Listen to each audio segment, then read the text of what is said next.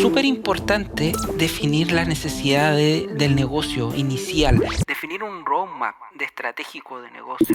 Por ejemplo, si yo soy un banco y quiero crecer con el banco, quiero aumentar la cantidad de tarjetas de créditos que tengo en el mercado, yo debo definir esa necesidad de negocio como la inicial y ver cómo a través de la tecnología, con las distintas que existen en el mercado, puedo resolver esta necesidad. Hola, ¿cómo estás? Soy Martín Pizerno y te doy la bienvenida a un nuevo episodio de Digital Experience by Soho, un podcast sobre la madurez digital de las organizaciones. ¿De qué se trata Digital Experience? Esta industria avanza tan rápido que es difícil saber. Es un espacio para conversar sobre cómo lograr que el diseño impacte significativamente en las organizaciones y sus usuarios. Le hablamos a ustedes, gerentes, líderes e integrantes de equipos digitales. Antes de empezar, y si te gusta este podcast, te puedes suscribir y activar las notificaciones para no perderte ningún episodio. ¿Nos acompañan en esta experiencia? Comencemos. En el capítulo de hoy vamos a conversar con Eduardo Quiñones, Chief Technology Officer and Architecture Officer de Soho. Anteriormente se desempeñó como director de arquitectura empresarial en Kibernum, Chile. Lo invitamos para hablar sobre cómo construir una experiencia Cloud First, qué importancia tiene un roadmap para implementar esta estrategia y cómo elegir el tipo de nube correcta. Temas que hoy en día son muy en boga. Bienvenido Eduardo, ¿cómo estás? Muchas gracias, bien, todo bien por acá. Gracias, Martín. ¿Qué otro dato te gustaría que conozcamos un poco más sobre vos y quieras contar a la audiencia sobre tu historia, expertise, hobbies, lo que tengas ganas? Tengo muchos años de experiencia en TI, actualmente más de 20 años trabajando en TI en distintas disciplinas. Me desempeñé muchos años de mi vida como arquitecto, de toda índole, desde la arquitectura antigua, que éramos los arquitectos de software, que éramos como los policías del TI en las empresas. Y fui evolucionando con la tecnología, con la agilidad, con las metodologías que fueron saliendo a nivel de mercado en TI. Y me empecé a transformar un poquito más en lo que se llama lo que es el arquitecto empresarial, el cual cargo que lo desempeñé alrededor de 12, 13 años, la arquitectura empresarial, en distintas empresas, en la banca, en retail, en gobierno, etc. Y eso me permitió básicamente ir teniendo un conocimiento un poquito transversal de TI en distintos mercados, ¿okay?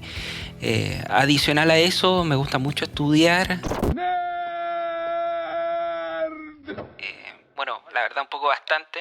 Me encanta el TI, me gusta estudiar todas las disciplinas de TI, desde el mundo de los datos, el mundo de la nube, el mundo de la arquitectura, el desarrollo, el diseño, etc. Y también, adicional a eso, que eso fue, me fue naciendo en la madurez de mi carrera, por no decir en la vejez, me fue naciendo la necesidad de enseñar un poquito todo esto que había aprendido y he tenido la oportunidad de dar clases en distintas índoles de disciplina, de tipo masterclass, física, online, en distintas empresas, y esto ha sido súper importante para mí porque me ha permitido básicamente poder también pulir un poco mi conocimiento, porque al enseñarlo te requiere nuevas disciplinas que tienes que ir desarrollando para ir evolucionando en la forma que vas enseñando, y eso te permite acercarte a distintos tipos de profesionales o distintos tipos de personas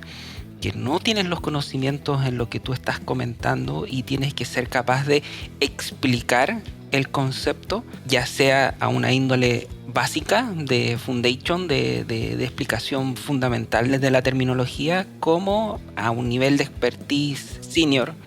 Richard Feynman decía que la mejor manera de convertirte en un experto en algo es dar clase y enseñarlo. Y aprender a enseñarlo a personas que no son expertas. Porque si logras enseñarle temas a personas que no son expertas, significa que tú te has convertido en un experto. Porque lo logras sintetizar y mostrar de una manera sencilla. Pensando en eso, creo que para el podcast alineémonos en un punto medio, porque creo que no todos van a ser expertos en tecnología. Espero que cada vez más se sumen expertos en tecnología al podcast como tú y que escuchen también del otro lado. Así que este es nuestro puntapié inicial. Hemos tenido mucha gente de diseño, hemos tenido mucha gente de negocio, y ahora estamos abriendo el capítulo de tecnología contigo, Edu, porque queremos de vuelta siempre que nuestro podcast también soporte las tres ejes clave que tenemos que lograr para poder dar una experiencia exitosa en el mundo digital y en el mundo físico también, que tiene que ver con la tecnología, el negocio y el diseño para poder entregar valor a las personas. Entonces, contame un poco, ¿qué es esto de Cloud First? Es un concepto que nace con la evolución de la tecnología. Básicamente hace 10, 15 años que se trabajaba 100% en servidores, data center, con VMware virtualizado, etc. Uno tenía metodologías de creación de aplicaciones y creación de infraestructura basadas en este tipo de implementaciones físicas en hardware. Básicamente, al nacer este concepto de cloud, de nube, que es un sistema distribuido que está fuera de las administraciones directas de las compañías, empezaron a nacer nuevas estrategias y nuevas metodologías de trabajo. Y básicamente Cloud First se refiere a la estrategia en que las empresas empiezan a definir sus software, sus aplicaciones, su negocio, pensando en cómo esto va a subirse a la nube o va a funcionar de manera distribuida, elástica y todas las bondades que tiene la nube, todos sus sistemas. ¿Okay? Es súper importante el concepto porque Cloud First es la evolución de la transformación digital. La transformación digital fue cómo a través de nuevas estrategias, tecnologías, metodologías, etc., yo optimizo mis desarrollos, optimizo mi calidad de entrega de productos y hago que sea más rápido el poder generar nuevos productos. Y básicamente Cloud First viene a apalancar el siguiente paso, que es pensar ya en la nube, ¿ok? De que mi software, cómo yo los voy a implementar en la nube, cómo los voy a diseñar hacia la nube. Actualmente existen muchas nubes, o sea, uno conoce las 3 más grandes porque son las que más suenan en boca de todo. Las que más marketing tienen hacen. más dinero, han vendido más marketing, etcétera. Pero existen muchas más, incluso muchas de ellas son muy utilizadas en algunos países porque tienen algunos convenios, son más baratas, tienen la conexión directa con las entidades directas de las empresas. O sea, yo puedo enchufarme directamente a la empresa de estas nubes. Tengo DigitalOcean, tengo IBM Cloud, que por ahí tuvo unos traspiés y hoy día nuevamente está golpeando fuerte en el mercado. Está la de Oracle Cloud, está la de Huawei, que esa se conoce muy poco, pero muchas de las empresas de telecomunicaciones la utilizan muchísimo, etcétera. Entonces, si te fijas, básicamente, cómo tú defines la utilización de un cloud, de una nube, no debe ir 100% apalancado por cuál tiene mejor marketing, o en Gartner, que es una entidad internacional que determina a nivel de usabilidad de producto y a nivel de muchas escalas, determina cuáles son los sistemas, las tecnologías que más se están utilizando en el mercado. Hay algunas empresas que están 100% siguen a esta entidad internacional, y si Gartner dice que AWS está primero, se van a AWS. Finalmente, el pensar en un modelo Cloud First lo que nos ayuda es a pensar en nuevos modelos de escalamiento de productos, nuevos modelos de eficiencia de productos. Y si yo lo llevo al punto de la experiencia, es cómo logramos una mejor experiencia de manera más masiva y con menos impacto en tener que tener una infraestructura por detrás tan pesada para poder brindar esa experiencia. Como de repente antes se pensaba, tengo que tener todo un cuarto lleno de servidores porque voy a tener 1 millón de personas entrando en la app en tal evento. Pero ahora lo que puedo pensar es, yo puedo sostener una buena experiencia sin tener que tener todo eso por detrás, porque puedo montarme en un sistema como el cloud. Ahora, ¿qué es la diferencia entre Cloud First y Cloud Native? O sea, ¿son diferentes? ¿Son lo mismo?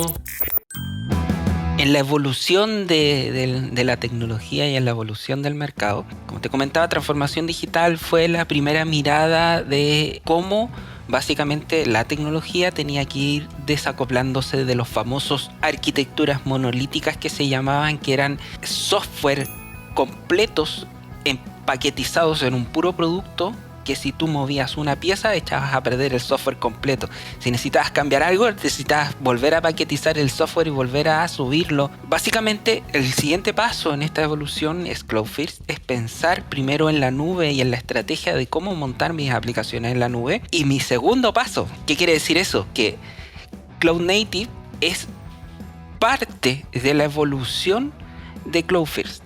Es el siguiente paso de evolución de Cloud First. ¿Qué significa esto? Que Cloud Native significa que yo como empresa o yo como arquitecto de soluciones, por ejemplo, me pongo la camiseta de arquitecto de soluciones, yo como arquitecto de soluciones cuando diseño un producto, lo diseño 100% pensando en las mejores herramientas en la nube que se llaman de tipo nativas. ¿Ok? Hay nubes que tienen patrones de arquitectura específicos de ellos. Microsoft inventó muchísimo Clean Architecture, etcétera, que son formas de diseñar específicamente para la nube. ¿Ok? Por ejemplo, antiguamente yo iba a construir una capa de servicio y tenía que trabajar con SOA, generar un web service, tener un lugar donde montar mi web service, ya sea a nivel de código fuente o a nivel de una máquina, un servidor que era capaz de, un middleware que era capaz de manejar los web services. La siguiente evolución, transformación digital, nos empezamos a ir a microservicios, APIs, etcétera, que eran funcionalidades atómicas que yo las podía modificar y no impactaba el producto completo. Y Cloud Native me hace pensar en cómo yo monto mi microservicio, porque yo ya tengo mi pensamiento de microservicio, una funcionalidad atómica, cómo yo la monto directamente en la nube, la incrusto directamente en la nube, que la administre completamente la nube y que yo no tenga administración sobre ella. Por ejemplo, nació un concepto que se llama Function as a Service, que es el FaaS. FaaS a mí me permite incrustar un servicio a administración completa de la nube, sin una plataforma por debajo, sin nada que yo tenga que configurar y decirle, oye, que este servicio tenga 5 GB en RAM, tenga tanta CPU, tenga tal nivel de escalabilidad, sino que yo le determino rangos y él funciona. ¡Wow! Eso es súper potente. O sea, porque eso nos cambia.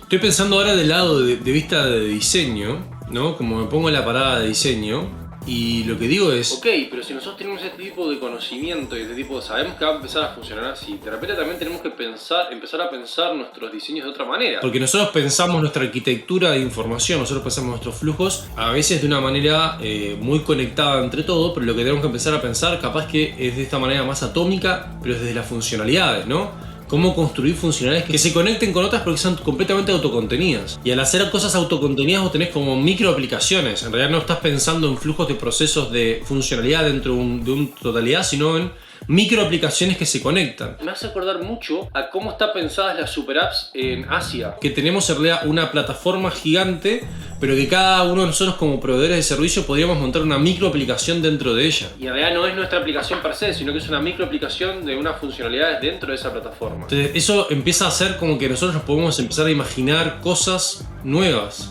y formas de interactuar nuevas que resuelven problemas que antes yo me veía obligado a navegar, entrar, cliquear y buscar información, y que esto me podía permitir acercar funcionalidades mucho más a la punta, ¿no? Hacia el momento de interacción real. Exactamente, y ahí hay un concepto que es súper importante porque, como te comentaba, completamente cambió el cómo yo pienso, diseño un software, una aplicación, una apps, etc. Yo vengo del mundo de la arquitectura antigua, que tú para diseñar un producto tenías que entender la necesidad de negocio completa, tenías que definir los flujos de proceso de negocio y en base a esos flujos de proceso de negocio construías un producto que albergaba la funcionalidad completa de estos procesos de negocio. Era completa la solución. Y eran súper robustas, muy poco flexibles y necesitabas servidores gigantes por debajo. A mí me tocó trabajar en ambientes productivos muchos años de mi vida y me tocaba ver aplicaciones web de grandes bancos en Chile, no voy a decir los nombres, pero grandes bancos en Chile, que tenían 16 servidores para poder contener la aplicación web para que se pudiera usar por todos los chilenos esta aplicación web o para otros países del mundo. Y eso era absolutamente normal, y uno cuando las cosas empezaban a funcionar lento ponía más servidores o más capacidades a las máquinas. Hoy en día la forma de desarrollar cambió completamente en todas las aristas. O sea, hoy día yo cuando voy a diseñar un producto, por ejemplo, pensando como un arquitecto, primero ve cuál es la necesidad de negocio y en base a la necesidad de negocio define cuál es la mejor estrategia de implementación más rápida, más distribuida y más desacoplada. Y existen varias definiciones que yo voy generando por capas. Por ejemplo, tengo la definición, como decías tú, Martín, justamente el tema de diseñar aplicaciones atómicas. Por ejemplo, existe un patrón de diseño en frontend que se llama micro frontend, que se llama SPA, Single Page Application. Hay un montón de metodologías o de patrones de arquitectura de implementación en front que me dice, genera una pantalla atómica con funcionalidades atómicas que por debajo van a estar distribuidas y conectadas a un sistema mayor. Atómico. ¿Qué dice atómico? Esto me hace pensar, Edu, en una cosa que para mí se habla mucho en el mundo de la experiencia en general, de todos los niveles, no hablamos solo de diseño, pero todos nos hemos visto enfrentados a tener que encarar ese proyecto, siempre nos encontramos con limitantes muy grandes, que es el concepto de la hiperpersonalización, ¿no?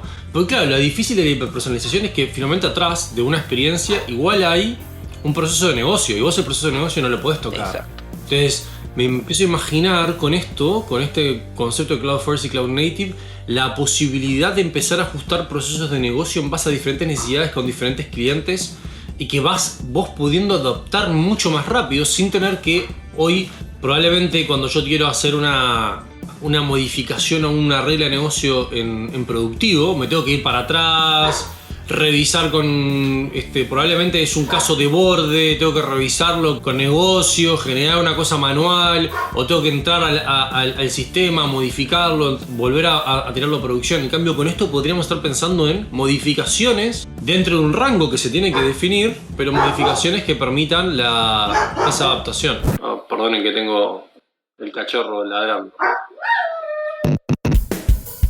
Justamente como tú decías, por ejemplo, yo tengo una aplicación web en la cual una parte tengo, por ejemplo, mis clientes persona, que somos todos nosotros, o clientes empresa.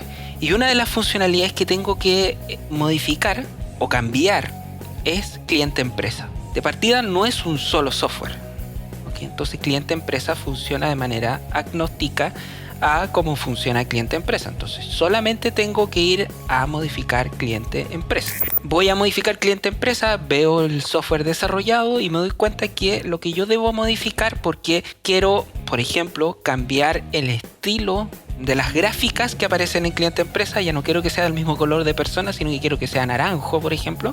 Modifico una página o el template de estilos y modifico el sistema completo de empresa, y persona no se ve afectado por esta modificación. Hoy día existen, por ejemplo, partes del diseño de frontend que yo puedo implementar temas o estilos a todas las gráficas de todas las pantallas desde un punto unificado. Yo puedo cambiar variables desde un punto unificado. Puedo generar reglas de negocio externas al proyecto, que eran cosas que antiguamente eran imposibles. Por eso hablo para los que están en el mundo del diseño, y capaz que a estos amigos que están metidos escuchando desde el punto de vista de frontend o de arquitectura o de full stack, estas cosas ya son sabidas, pero desde el punto de vista de diseño creo que está súper bueno que los que están mirando desde el negocio o desde diseño presten atención a lo que está diciendo Edu, porque estas son nuevas posibilidades que la tecnología nos está dando, nuevas formas en las cuales podemos cuestionarnos cómo diseñar las cosas, cómo construir una experiencia que permita tener este nivel de personalización y poder adaptarla mucho mejor.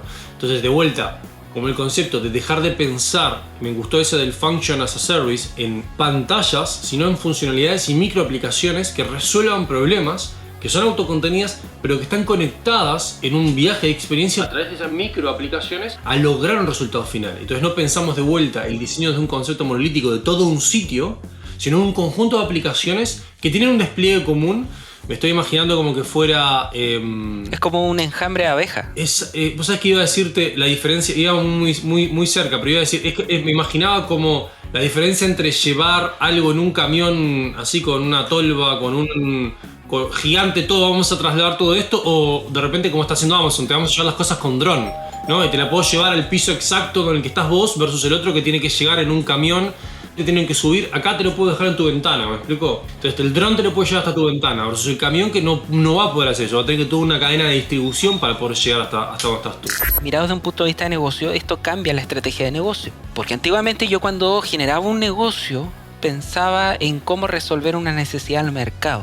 Hoy día hay tantas resoluciones de necesidades de mercado que yo debo innovar en mi solución de necesidad al mercado. En base a eso, muchas empresas que empezaron a nacer desde el año 2000 hasta hoy en día, 22 años de tecnología, empezaron a nacer en base a la tecnología. ¿Qué significa esto? Por ejemplo, tú también, Martín, viviste exactamente lo mismo que yo. Nosotros queríamos ver una película, tenías que arrendar un VHS, un CD, lo enchufabas en tu dispositivo en la casa y podías ver la película o verla por la tele. Tenías el TV cable, etc. Hasta ahí nomás teníamos. Básicamente, hubo empresas que vieron una brecha de necesidad, dijeron: oye, no hay nadie transmitiendo en línea películas. ¿Cómo lo hacemos? Y pensaron, basado en la tecnología de una necesidad de negocio, cómo resolverlo. Por ejemplo, Netflix, Amazon Prime, todas estas compañías hicieron justamente eso, basado en la tecnología, cómo mejorar los tiempos de implementación, las cargas de las películas, que fuera más liviana, etcétera, etcétera. Pudieron romper con empresas que tenían 10, 15, 20 años en el mercado, como eran para arrendar VHS, que murieron en el curso del camino, porque nacieron estas nuevas empresas basadas en la tecnología.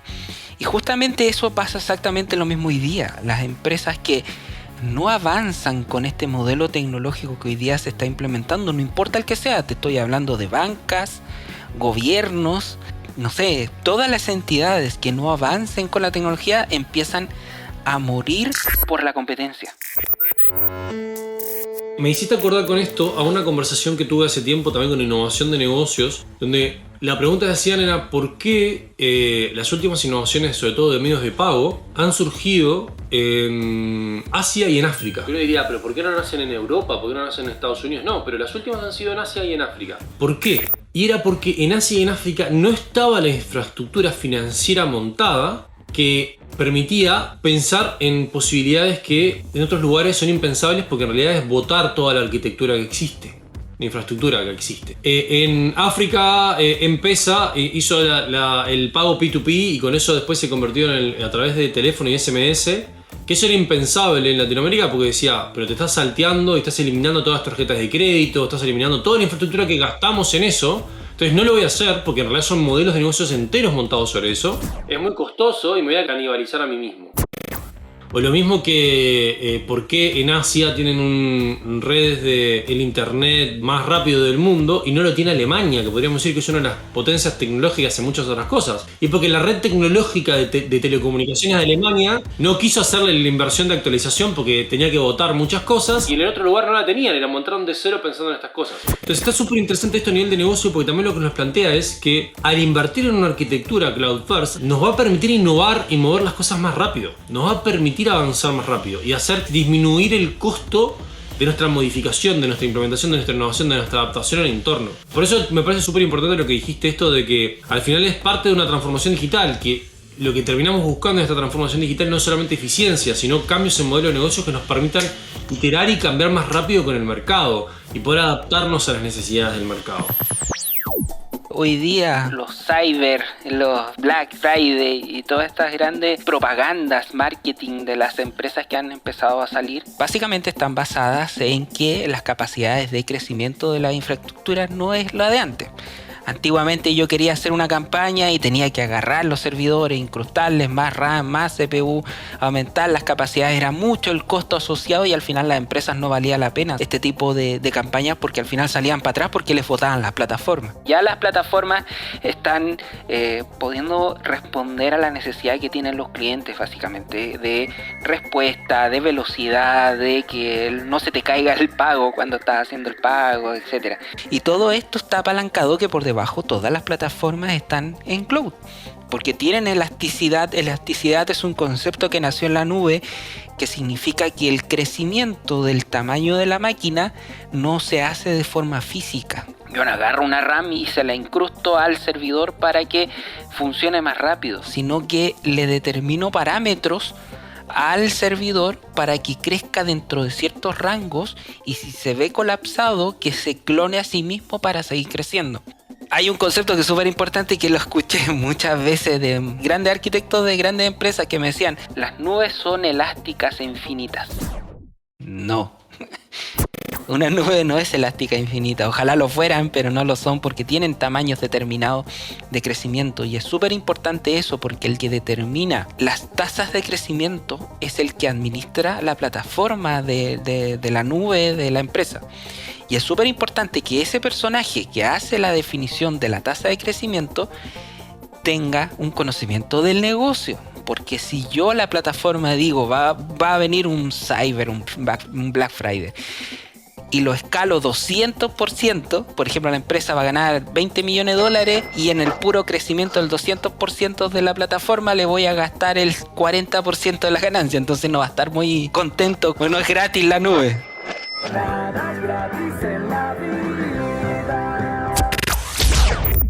En realidad, en vez de pensar áreas estancas y silos, lo que pensamos es equipos autocontenidos también. Volvemos al mismo concepto, ¿no?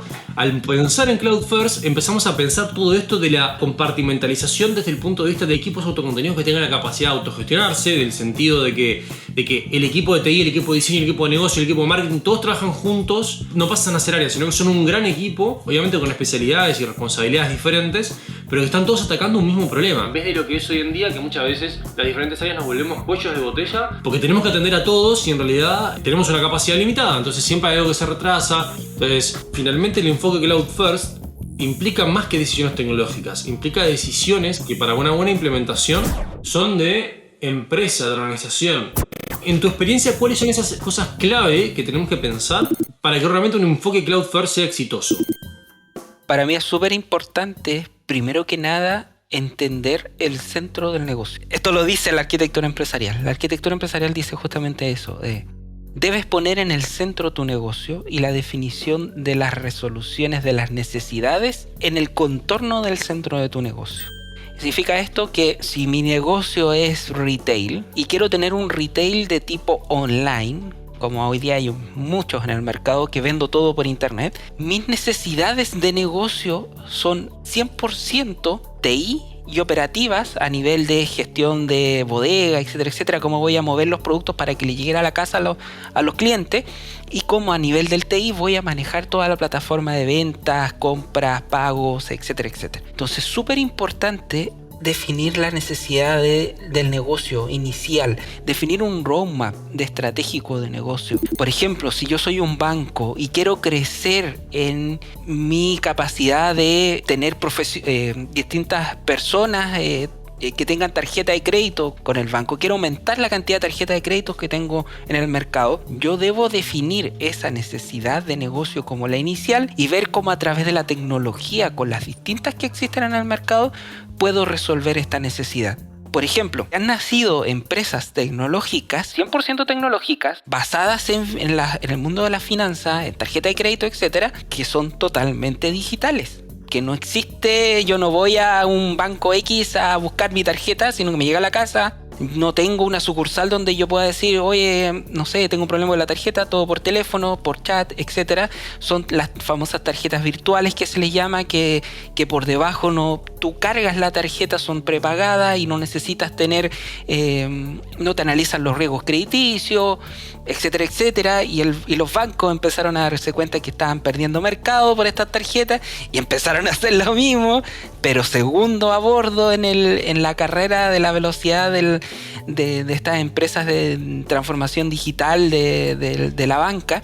Entonces, si te fijas, Martín, es súper importante que tú definas hacia dónde quieres ir como empresa, tengas una estrategia de negocio como empresa de un principio a fin, y en base a eso vayas definiendo las mejores estrategias de implementación de tecnología. Y yéndome hacia Cloud First, ¿cuáles serían las principales tips que podría dar? Es, primero que nada, sacarse de la mente las tres grandes nubes que existen en el mercado, irse a una nube dependiendo del estado de madurez de la empresa, dependiendo de las necesidades que tengo como empresa, y básicamente, y súper importante, cuáles van a ser los costos que soy capaz como empresa de solventar en la nube. Hoy día existe un concepto que está pegando muy fuerte en el mercado, que se llama el multicloud. Ojo que multicloud no es lo mismo de que es cloud híbrido, no son lo mismo. Multicloud significa usar muchas nubes, y cloud híbrido significa trabajar con un cloud privado, o sea que yo tengo como un data center, ¿ok? Eso es un cloud híbrido. Un cloud multicloud es trabajar con distintos tipos de nube utilizando las mejores virtudes de cada una de ellas. Por ejemplo, si yo necesito trabajar con Office 365 como empresa y tengo Windows en las máquinas de todas las personas que trabajan en mi empresa, yo voy a trabajar con Azure porque tiene Active Directory, porque tiene Office 365, porque puedo enlazar todo.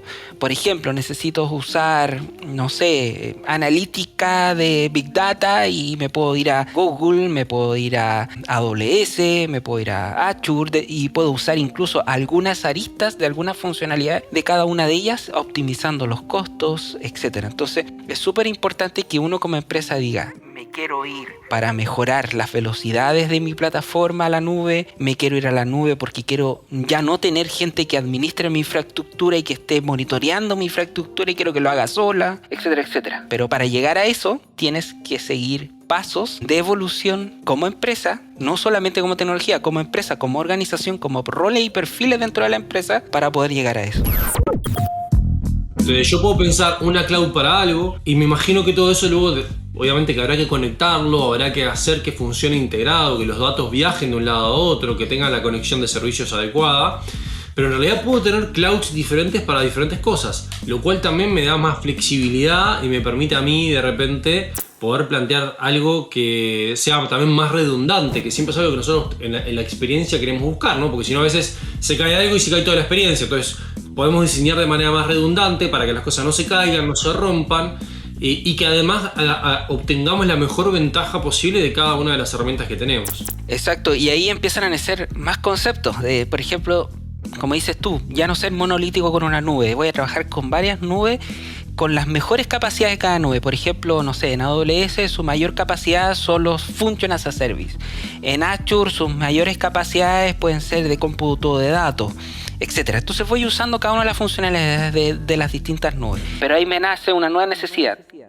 ¿Cómo administro las 3 nubes que voy a utilizar desde un punto unificado para no tener que entrar a las 3 consolas? Y empezaron a generarse herramientas que me permiten administrar por debajo cada una de las consolas de cada una de las nubes. Empiezan a nacer conceptos de, oye, pero si yo quiero desplegar un microservicio y quiero tener de respaldo Azure y de principal GCP, ¿cómo despliego en las 2 nubes para no tener que meterme a cada consola a desplegar en cada una de ellas? Y empiezan a nacer tecnologías que me permiten hacer distribución dinámica a las distintas plataformas. Por ejemplo, creación de ambiente a través de scripting, como es Terraform, como es Ansible, como es Puppet, como es Vagrant, etcétera, etcétera. Un montón de tecnologías que me permiten, a través de script, generar implementaciones en cada una de las nubes. Cada una de las nubes también tiene su scripting. AWS tiene CloudFormation, etcétera, etcétera. Entonces, es súper importante, si te fijas, que al pensar en una digitalización completa, empiezas a cambiar todo tu modelo completo, hasta cómo haces tus pasos a producción, cómo administras tu plataforma, cómo monitoreas los costos.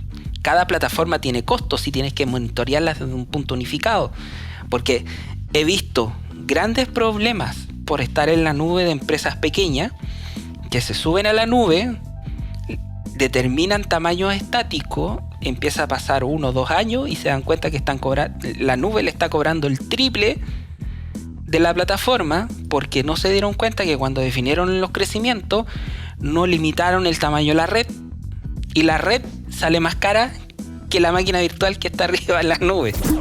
Una cosa interesante de eso es que, obviamente, primero, warning a todos: si están montando nubes, escuchen lo que dice Edu, porque no se les van a gastar más plata de lo que pensaban.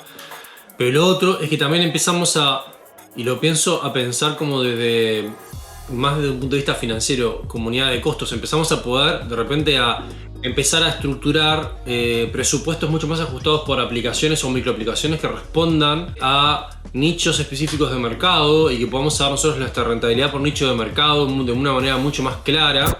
cómo esto, al empezar a tomar estas decisiones, empiezan a cambiar hasta cosas de finanzas, empiezan a cambiar cosas de recursos humanos, en el sentido de cómo nos organizamos los equipos, qué se define como es un equipo. Empieza a surgir también probablemente cosas que hemos hablado nosotros, Edu, como de los conceptos de liderazgos que no son necesariamente relacionados a roles específicos en una cadena de comando, sino que tienen que ver con liderazgos desde lo técnico. Empiezan a aparecer las tribus y los referentes que responden a liderazgos técnicos, responden a liderazgos por el conocimiento, y que empieza a ser un modelo mucho más orgánico de crecimiento y orgánico dentro de la organización, y permite un nivel de vuelta. ¿Por qué? ¿Y para qué? Para darnos una flexibilidad organizacional que nos permita responder a las necesidades del mercado. Una necesidad que es cambiante, que cada vez va a estar más atenta a posibles situaciones como ha sido la pandemia, pero que después pueden ser otras, como puede ser cambio climático, movimientos sociales y una cantidad de cosas. Y nosotros tenemos que tener la capacidad de responder rápido. Entonces, cuanto más flexibles seamos y ágiles seamos en todos nuestros sentidos, más vamos a tener capacidad de responder de eso.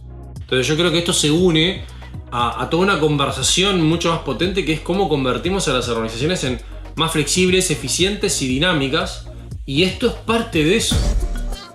Antiguamente un desarrollador de software hacía todo, hacía el frontend, backend, base de datos, hacía todo. Hoy día el desarrollador frontend desarrolla el front, el desarrollador backend desarrolla el back, el desarrollador de integridad de datos desarrolla los modelos de datos, etcétera, etcétera. Entonces, si te fijas, finalmente la organización ha empezado a hacer exactamente lo mismo que la tecnología, se empezó a atomizar.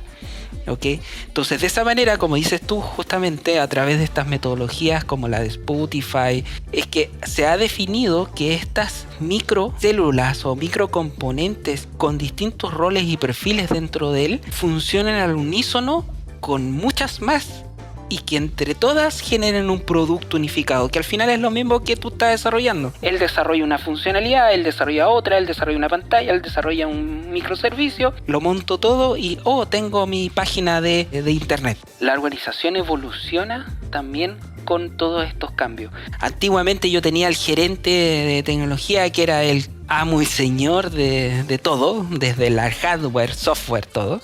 Hoy día tengo un gerente de arquitectura, un gerente de diseño, un gerente de front, un gerente de datos. Habías empezado a enumerarlos, pero ahora te quiero poner formalmente en nuestra sección que a nosotros nos encanta, que es inspirada en los elevator pitch del mundo de startups, que se llama el 3x3, el 3 consejos en 3 minutos. Y la idea es que le puedas dar a un gerente, a un líder de equipo, 3 consejos que en tu experiencia son claves para implementar un Cloud First. Primero que nada, es crucial, como justamente comentaba, el negocio.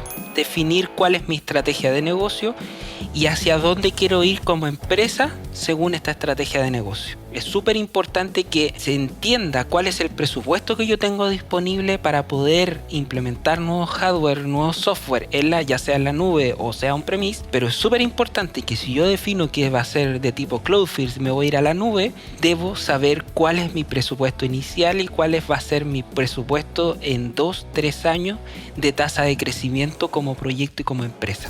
Segundo, es súper importante que yo determine hacia qué nube voy a subir mi tecnología basado en, ojalá, un estudio de cuáles van a ser las funcionalidades que yo necesito subir, qué tipo de aplicaciones, qué tipo de software, qué tipo de negocio voy a subir a la nube, y ver cuál de ellas es la mejor o la más económica o la que me permita la mayor velocidad de comunicación con la nube. Hay nubes que tienen mayor latencia. Latencia significa mayor tiempo de respuesta de comunicación de los servicios que están en la nube con Chile, por ejemplo. Entonces eso también debe ser un punto que va a determinar cuál es mi definición de qué nube voy a elegir. Tercero, muy importante, debo definir una estrategia como tecnología, como los perfiles que están dentro de mi empresa, que sean capaces de automatizar los despliegues en la nube, desarrollar bajo estándares que esa nube sean los correctos, y por último, que es súper importante, automatizar los flujos de implementación de todo lo que haga en la nube. Edu, muchas gracias por estar con nosotros. Si la gente te quisiera poner en contacto contigo para poder indagar un poco más en toda tu increíble experiencia, ¿cuál es el mejor canal para que se contacte? Por mi LinkedIn, Eduardo Quiñones Jara, y ahí está mi LinkedIn, ahí podemos conversar, podemos generar relaciones un poquito más directas si es que tienen alguna necesidad. Edu, fue un placer hablar contigo, gracias por darnos este espacio de esta clase magistral de lo que es Cloud First y todo lo que esto implica en el modelo de pensamiento y cambio de pensamiento que se nos viene. Creo que nos ayuda a darnos cuenta que el futuro es muy interesante, pero complejo. Sí, exactamente, y se vienen muchas cosas más, les podría hablar de muchas cosas más, así que ojalá podamos estar en contacto nuevamente. Dejémoslo para un siguiente episodio, así tenemos más para hablar. Muchas gracias, Martín. Gracias a todos. Chao, chao. Llegamos al fin del episodio, pero antes, si tienes comentarios o si te quieres poner en contacto con nosotros, puedes hacerlo en hola@soho.cl o seguirnos en nuestro LinkedIn en @soho. Soy Martín Picerno y agradezco a Delphi Giovanni, Salva Luca y Juli Cabrera en el equipo de producción y a Mauro Sucho en la edición. Y recuerda que si te gusta este podcast te puedes suscribir y activar las notificaciones para no perderte ningún episodio. Nos escuchamos en un nuevo Digital Experience. Konnichiwa.